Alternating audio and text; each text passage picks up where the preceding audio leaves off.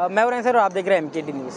चेंबूर के आचार्य कॉलेज में जो है हिजाब बैन कर दिया गया था। उसको देखते हुए वहाँ की 9 स्टूडेंट ने जो है बॉम्बे हाई कोर्ट का दरवाज़ा खटखटाया था, लेकिन वहाँ से जो है याचिका खारिज होने के बाद उन्होंने सुप्रीम कोर्ट का रुख लिया। वहाँ पर सुप्रीम कोर्ट का ये फैसला आया कि जो है 2 महीने के लिए हिजाब पर जो है बैन से हटाया जाए और जो है से रोक लगाई जाए। उसको देखते हुए आज मुंब्रा में जो है अम्बेडकर चौक पर आज यहाँ पर जो है अगर आप देखेंगे यहाँ पर तो डॉक्टर बाबा साहब अम्बेडकर, अन्ना भाऊ साठे और गौतम बुद्ध की जो है फोटो पर आज माला चढ़ाई गई और मुस्लिम महिलाओं की तरफ से यहाँ पर जो है सुप्रीम कोर्ट को थैंक कहने के लिए यहाँ पर इकट्ठा हुई थी। और इकट्ठा होने के बाद यहाँ पर अगर आप देखेंगे तो यहाँ पे किस तरह से जो है फूल चढ़ाया गया और फूल चढ़ाने के बाद क्या कुछ जानकारी जो है समाज सेविका मर्जिया पठान ने दी है, हम आपको दिखाएंगे। देखते रहे MKT।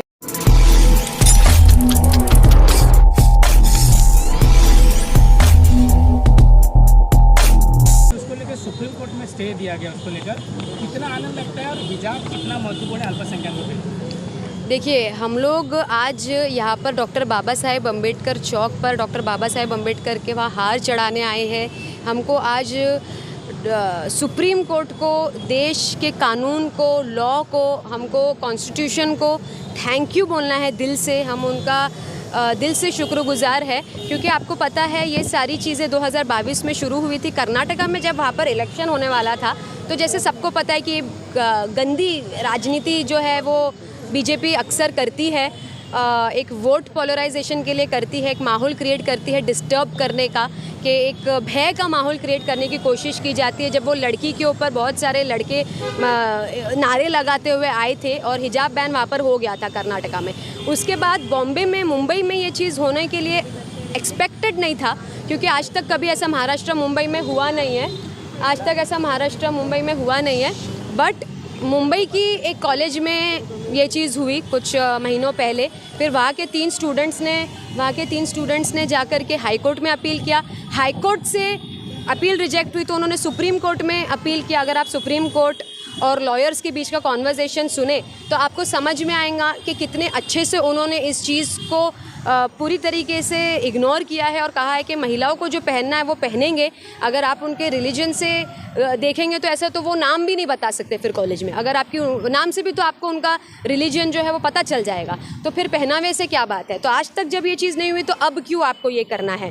तो देखिए, हमारे देश में अलग अलग जाति धर्म के लोग हैं, कल्चर के लोग हैं। महिलाएं हैं जो वेस्टर्न कल्चर के, वो अपने हिसाब से जीन्स या जो भी उनको पहनना है वो पहनते हैं। जो मुस्लिम कल्चर के लोग हैं वो सलवार सूट पहनते हैं, हिजाब लेते हैं। जिनको लेना है वो लेते, नहीं लेना है वो नहीं लेते। आपको इसमें इंटरफेयर क्यों करना है। ऐसे बहुत धर्म हैं, नॉन मुस्लिम भी, हिंदू धर्म में भी, राजस्थानी धर्म के भी लोग हैं जो यहाँ तक के घूंघट लेते हैं। बट आपको बार बार मुस्लिम समाज को ही क्यों टारगेट करना है। जिसका जो कल्चर है वो उसके हिसाब से चलने की कोशिश करता है, चलने की राह एक चाह रखता है। तो भारत देश इसी का तो नाम है। बट जब सुप्रीम कोर्ट ने ये ऑर्डर दिया है तो इससे ये चीज़ एक दिल को तसल्ली होती है कि इससे और जो है वो लॉ पे और संविधान पे भरोसा बढ़ जाता है। और as Muslim Indian Muslim women हम लोग बहुत प्राउड है। We are very proud to be Indian Muslim women and we are very thankful कि सुप्रीम कोर्ट ने ये ऑर्डर पास, ये स्टे लाया इस वर्डिक्ट पे। We are very very thankful. Madam, लेकिन सुप्रीम कोर्ट द्वारा फैसला अब तक नहीं आया, लेकिन सिर्फ स्टे लगाई गई है जी। लेकिन जिस तरीके से शिक्षा के अंदर, क्या अगर हिजाब को पहनकर अगर आपको शिक्षा ही प्राप्त करनी है तो उसके लिए थोड़ा जो स्कूल का ड्रेस होता है उसको पहनने की ज़रूरत है कि नहीं? I didn't get your point. Supreme court ने जो है इस पर आखिरी फैसला नहीं दिया, अब तक फैसला आना बाकी है। लेकिन शिक्षा प्राप्त करने के लिए क्या स्कूल का ड्रेस कोड बच्चे नहीं पहन सकते? क्योंकि हिजाब आप पहन सकते, आपको कॉलेज में जाने के बाद उतारना पड़ता है उसको। तो शिक्षा प्राप्त करने के लिए क्या आपको हिजाब पहनना बहुत ज़रूरी है? ये हमारा कल्चर है, हमारा कल्चर है। हम पहन के जा सकते, क्यों नहीं पहन, कब से पहन के जाते हैं, सदियों से पहन के जा रहे हैं, हम जाके पहन सकते। बहुत सारे बच्चे हैं, स्टूडेंट्स हैं जो यूनिफॉर्म भी पहनते, उसके ऊपर हिजाब ले लेते। तो what is the problem in that? उसमें प्रॉब्लम क्या है? ये चीज़ का समझ में नहीं आ रहा है। यूनिफॉर्म पहने ना, यूनिफॉर्म भी पहने, उसके ऊपर भी हिजाब लेते।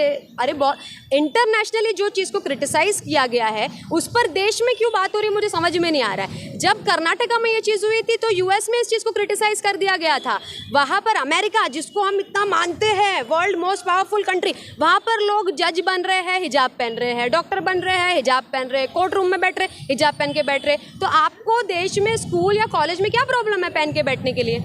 बड़े बड़े देश महाराष्ट्र में भी बड़े बड़े मुस्लिम नेताएं हैं जो सामने आते हैं, लेकिन ये जो लड़ाई है वो 9 कौम की लड़कियों ने लड़ी है और मतलब जो है स्टे हासिल है, उस पर क्या आप देखिए ये एक विमेन की लड़ाई है एक तरीके से। अभी आप कल आप स्कूल में बोल रहे हो, आज के कॉलेज में बोल रहे हो आज मत पहनो, कल अगर पब्लिक ट्रांसपोर्ट में महिला जा रही है बुर्का पहन के, आप बोलोगे मत पहनो। और इससे माहौल क्या क्रिएट होता है कि जो कुछ हमारे समाज में ऐसे दिमाग के लोग हैं जो लॉ को गलत तरीके से भी इंटरप्रेट कर लेते हैं, वो चलती गाड़ियों में चलते पब्लिक ट्रांसपोर्ट पे जाकर के कभी महिलाओं के बुरखे के साथ बदतमीजी किए। उनको तो ये समझ में नहीं आएगा कि कॉलेज या स्कूल का बोला या कुछ ऐसा, वो जाकर उन्होंने पब्लिक ट्रांसपोर्ट पे बदतमीजी किए, बुर्का खींचे, बुर्का छीने, तो फिर आप उसकी जिम्मेदारी कौन लेगा?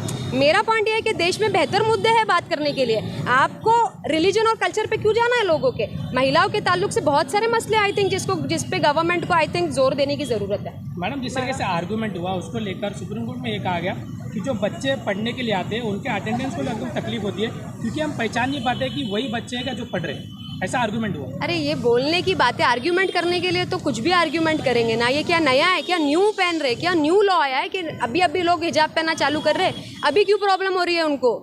बस ये प्रॉब्लम ये है कि जब इलेक्शन इट्स ऑल पॉलिटिक्स, वरना सालों से पहन के आ रहे प्रॉब्लम नहीं हो रही, आज प्रॉब्लम हो रही है। ये कैसी प्रॉब्लम है? जो है हिजाब पर पाबंदी लगाई है, कोई भी ड्रेस कोड पर पाबंदी नहीं है, सिर्फ उनको धार्मिक जो चीज़ है उससे है, तो इस पर आप क्या कहेंगे? उनको जो है सिर्फ हिजाब से पाबंदी है, जो अंदर धार्मिक नहीं होना चाहिए। बाकी उन्होंने कोई भी ड्रेस कोड पर पाबंदी नहीं लगाई, कोई भी स्टूडेंट कुछ भी पहन। तो यही तो मैं आपसे कह रही हूँ कि जब अगर एक देखा जाए तो एक लड़की जो उसको कॉलेज में पहनना वो पहन के आ सकती है, तो वो बुर्का अगर पहनना किसी लड़की को तो वो भी पहन के आ सकती है। इट्स अबाउट वुमेन राइट, उसकी मर्जी उसको जो पहनना है। हम वेस्टर्न कल्चर को भी तो प्रमोट कर रहे हैं ना, हम वेस्टर्न कल्चर को भी तो प्रमोट करें, जाके रोक थोड़ी ना रहे आप लोग। गवर्नमेंट जाके वहाँ पे रोक थोड़ी ना रही कि आप क्यों पब्लिकली ऐसा पहन के घूम रहे हो, वैसा पहन के घूम रहे हो। तो जिसकी जो महिला की जो मर्जी वो पहन के घूमे। जो कॉलेजेस में बैन हुआ था उसमें मतलब टोटल 400 स्टूडेंट थे, सिर्फ 3 ने आगे आके इसके खिलाफ आवाज़ उठाई, क्या करें?